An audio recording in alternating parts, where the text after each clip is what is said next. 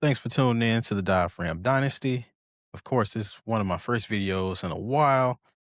So I'm happy to be back to doing these videos again for R&B music. I've been on the other side doing the Urban Scope podcast a lot, but now I'm finally returning to this Diaphragm Dynasty podcast show that I do. Um, and I had an interesting topic that I was thinking about. Of course, speaking of hiatus, I want to talk about Frank Ocean and because we're still waiting for another Frank Ocean project. It's been since 2016, so it's been approximately almost 10 years now since he's last released his last project, Blonde. But when he came on the scene, pause, he gave us great projects like Nostalgia Ultra, he gave us Channel Orange, and he gave us Blonde. So he gave us three great projects and a lot of great singles, a lot of great moments. I think he's one of those artists that changed R&B, even though R&B originally went back to where it was because it didn't have that Frank Ocean effect. It didn't have the competition that Frank Ocean put upon other artists because he was a different type of artist. He wasn't just an R&B hip hop mashup. He was thought provoking. He was a conscious R&B artist, which is very rare. There are not a lot of artists in R&B that can give you that consciousness like he did and the different perspectives and gave you a different just not just being a crooner or just being a vocalist. He was being, pretty much like a hip hop artist, but that could sing. So it was a very unique perspective, even different than what Lauren Hill provided. So when he came onto the scene or when he was introduced to us as this R&B artist, I was very intrigued by his music because of his different skill set, his different ability that he had. Frank Ocean was definitely different, and plus he hung around a bunch of different rappers, and he didn't have the normal R&B traditional sense, the feel that a traditional R&B artist would have. He didn't have the look like an R&B artist. He dressed more hip hoppy, more casual. It didn't look. He didn't have the videos where you're singing in the rain and you're always crying or you're always having a sad look. His whole image was different, and unfortunately, he went on a hiatus and he gave us great moments. But now we're just stuck in the wind to see if we'll ever get those moments back, or if he still has it. But is this the year that he returns? A 10-year hiatus is probably the best time to come out now because R&B is at an all-time low in my opinion because there are no strong suitors. They're pretty much ragging on moments now. It's not catalogs. It's okay, Kalani had a hot song here. Let's try to pump her up. Leon Thomas had a hot song. Let's pump him up. But when you listen to these albums and you listen to these artists going forward, they're giving you one great or one good song per album, and then they move to the next album, and then we can expect a good single coming out, but we're not expecting projects like a Channel Orange, like a Blonde, like a Nostalgia Ultra. We're not getting those anymore. They're the days of Luther and Teddy Pendergrass and others are gone. We don't have that consistency anymore in R&B, and I think he provided that for the first time in a long time when he was introduced to us back in 2010, 2011, all the way to 2016. Now, with his artistry, especially since 10 years since the release of Blonde, he should have been definitely giving us at least 3 more projects between in that 10-year span, but we haven't received that. And I think a lot has to do with the industry as well, because people are making a lot more money. They're making a lot more money away from the music. So that doesn't give them incentive to do music anymore, i.e. a Rihanna or i.e.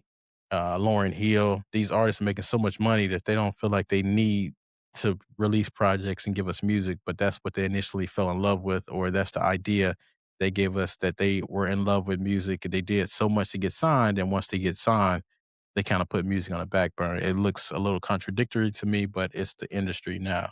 And for whatever politics that's going on behind the scenes with these contracts and labels, it makes more sense. So unfortunately, these labels are not giving the fans what they need because they're not willing to work with these artists. Um, so it gave me I started thinking about, is Frank Ocean done as an artist? Because if he's done, he just needs to tell us that he's done. Not that he owes us that, but it just for fans to have closure. It's like the last episode of a TV show that doesn't get a last episode. And with the last episode we got, we didn't know was the last episode. We just didn't see the show anymore. And that's what this is similar to. And if Frank Ocean is done, we can pretty much call him the Lauryn Hill of R&B, or the modern age Lauryn Hill, because Lauryn Hill released that Miseducation of Lauryn Hill project, which was her only solo project, and won so many Grammys and got so many sales and just disappeared. And we never got anything else again. Now, she did release an album with the Fugees, so she gave us two projects, similar to what Frank Ocean did, even though both of his projects were solo projects. But they both would have given us two projects and just bounced, and was, ahead of their times, and were just revolutionary and generational talents. But unfortunately, they didn't build upon that talent, maybe because of the expectations. And I'm not sure if Frank Ocean's thing were the expectations for reasons for his hiatus.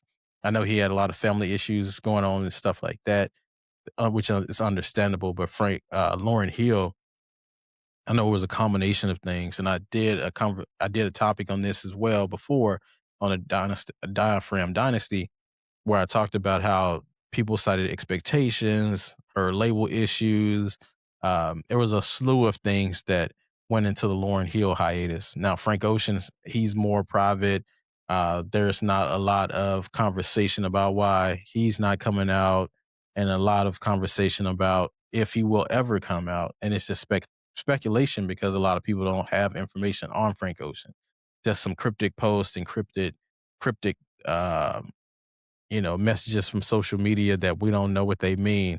So we're not sure where his mind state is right now, but he doesn't appear to be in a mind state to create music.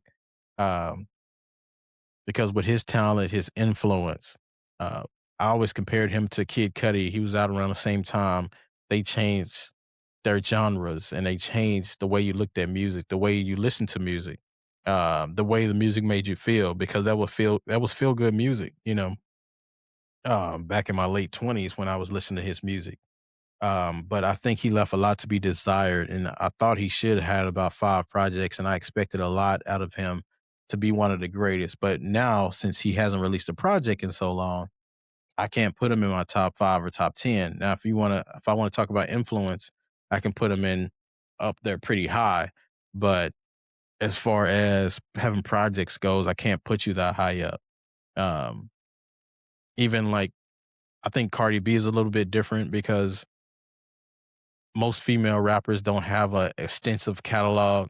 So if you have 2 or 3 of projects, that's considered like a full catalog almost for these female rappers, because a lot don't really have full catalogs. So it's a lot different, but that's the exception. But for male artists, especially male R&B artists, you need to have at least 5 projects to be considered in that GOAT era, unless you passed away early or something like that. But for the most part, 5 albums is like the cutoff for you to be considered in the great debate. Because these R&B singers usually put out projects every year or 2 years, because they have writers, and it's not like hip hop where you writing your own material, finding your own production. Usually the label does all those things for you. You just have to perform. And I know Frank is a lot different, because I know he produces some of his own stuff, and he writes a lot of his own stuff, or all of his stuff, I think. So it's a lot different for him. So he's probably held to a hip hop type standard, but at the same time, give us a single or something. We don't have anything. So tell me what your thoughts about Frank Ocean's hiatus, and do you think he will come back this year? And until next time, I'll see you next time.